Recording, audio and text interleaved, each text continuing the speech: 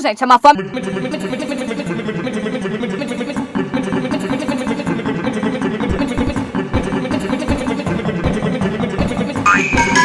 E não é uma fome normal, não, gente. É uma fome de comida...